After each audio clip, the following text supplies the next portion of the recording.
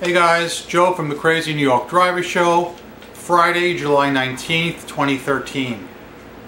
First off, if you hear a little noise in the background, it's because I have the air conditioner on. This is the first time I've ever had the air conditioner on since I've been making videos. Can you believe it? It's approximately 96 degrees out, which compared to you guys out west is like 120 for you, because we are not used to heat in the Northeast. But we've got it today, so I've got the air conditioner on. Alright? I got some little eBay tidbits I want to talk about today. First, let's start with a rehash of last week's video, like I always do. Last week we talked about the global shipping program. And I read your comments and your PMs, and most of you guys seem to agree with me that the global shipping program is not working. Many of you had problems with Pitney Bowes. I know one subscriber told me about how they were undervaluing his items, although his items had not been opened. And it's good that we're able to talk about this and get each other's feelings and decide what's best. As I've told you guys, I do not subscribe to the global shipping program. In fact, I do not even sell internationally. In my opinion, there's nothing to gain for me selling internationally except a headache. Alright? Oddly enough, since the last time I talked to you guys, I had 3 or 4 different people, international buyers, PM me and ask me this kind of a question. Let's say I have an item listed for $50 with free shipping in the United States. The 4 people basically said to me, Joe, would you lower the price on this item and send it to Germany? Germany was one of the countries I happen to remember, but they weren't all Germany. They don't even want to pay for the item. They want to pay $15, and I'm not sure if they meant with shipping or not, but screw that. I said to them, not interested. I will not sell internationally.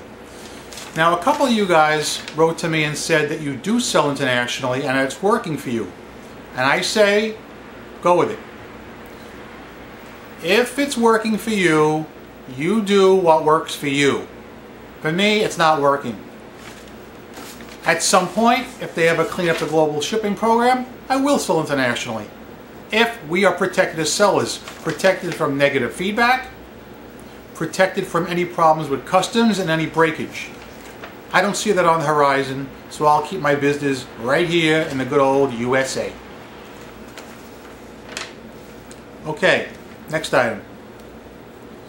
I've had a few people write in with a problem that I've experienced myself regarding printing your shipping labels through PayPal on eBay. As you know, I sell a lot of sports cards. All my sports cards are shipped in those small Jiffy Pack envelopes, Jiffy mailers, and they cost only $1.69 to ship first class, as long as it's 3 ounces or under. That's a very good deal, and you get free tracking, which eBay uploads. I think it's great.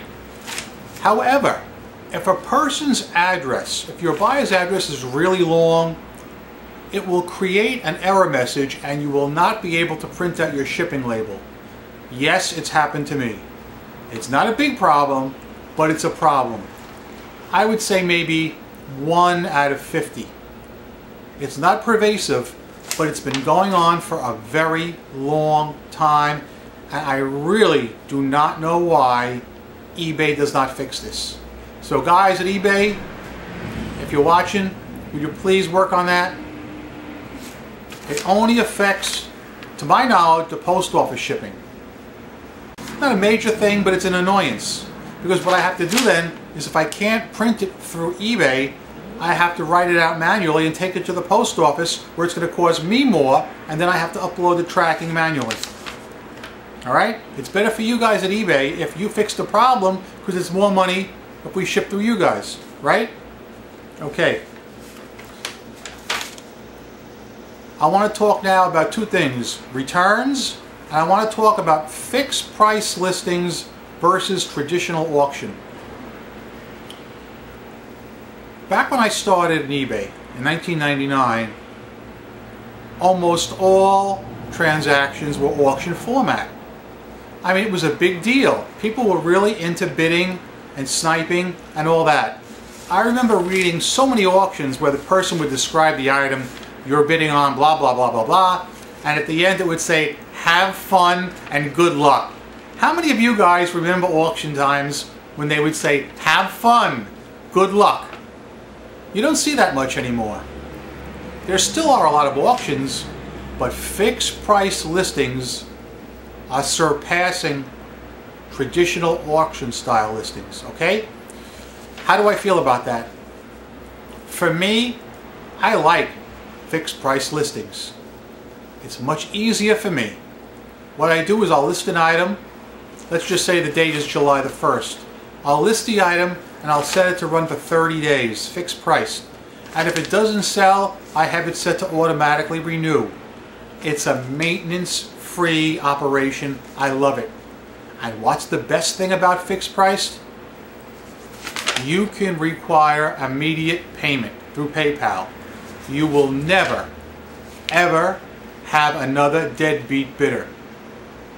I love fixed price listings. Remember years ago how I'd come out here every week and moan how many deadbeat bidders I have? Now a lot of you guys are still moaning about that. I get PMs, I get comments on my videos every week telling me how many deadbeat bidders you had, and I totally believe you. But my question to you guys, have you thought about listing fixed price? Alright? Think what your item is worth. How much do you want for your item? Do you want, let's say, $50 for your item and $15 shipping? So $65. List it for $65. Fixed priced. You'd be surprised. Your item will sell. In some cases it takes many months. But your item will sell.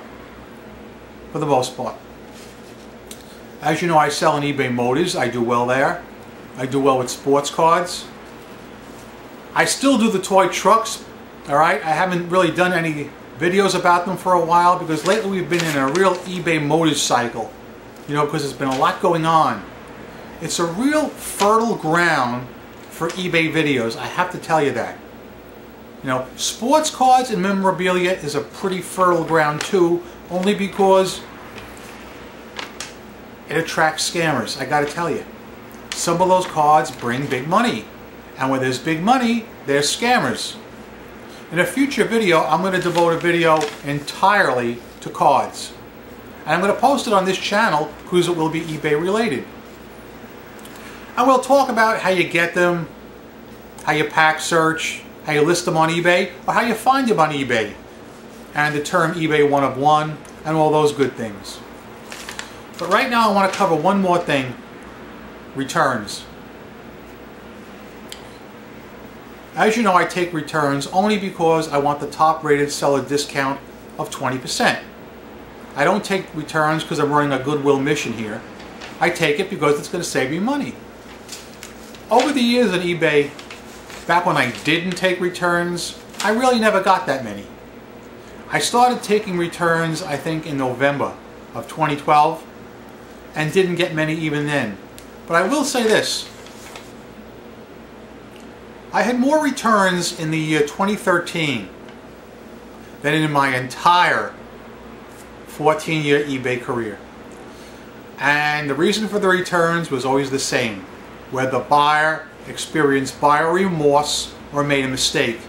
And what that encompasses is a person who purchased one item, like one hubcap, and thought they were getting 4, or a person who purchased one item, knew they were getting one item, but afterwards found the item cheaper from another seller and bought his and wanted me to give him the money back. Let me tell you a case in point, if I may. Honest to God. Last week a guy bids on an item of mine with 0 feedback. You see, you can't escape the 0 feedbackers even with immediate payment. So the guy bids, well, he doesn't buy it now and he pays right away.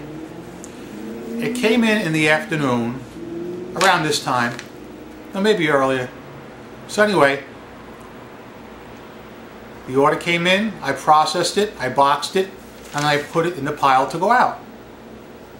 About 10 minutes later, I get a message in my eBay messages, and when I see a message, I groan and I moan because it's always bad news. It's never a guy saying, "I'm so happy." Alright? It's always somebody either asking me to reduce a price or somebody with bad news. So this particular message is from the guy who just paid with zero feedback. And he says to me, "I ordered the wrong item. I would like my money back." Right there and then, that sent up a danger signal to me. Something's not right here. So before I answered him, I did a bit of search as to what he bid on after he bid on and paid for mine. And guess what? Guess what? He found the same exact item from another eBay seller cheaper. I wrote back to him and I said, "You didn't bid on the wrong item. You bid on the right item. After you bid on my item, you bid on the exact same item from another seller for a cheaper price. And that item was item number," and I cut and pasted the item in. Never heard a word back from him. That's something eBay really needs to look at. I'm going to call it buyer remorse. Maybe you guys have a better name for it. I feel when a buyer clicks buy it now and pays for the item, he is forming a binding contract. Now granted, there are times when a guy really does buy the wrong item, and we can work that out, that's fair. But when you can see beyond any doubt that he buys item A from me for $50, then buys item A from another guy for $39.95, you can see that something's wrong there. And I think these buyers should be held accountable for their actions. There's nothing wrong with shopping around, but shopping should be done before you buy, not after. What's your opinion? I'd like to know. I'm Crazy New York Driver and you're not. Thank you so much, guys, for coming and visiting with me another week. I hope to see you guys next Friday. If you have anything you want me to talk about eBay related or PayPal related, hit me up, comments below, or you can PM me if you'd rather do it that way. That's fine too. Thank you for watching. Rock on.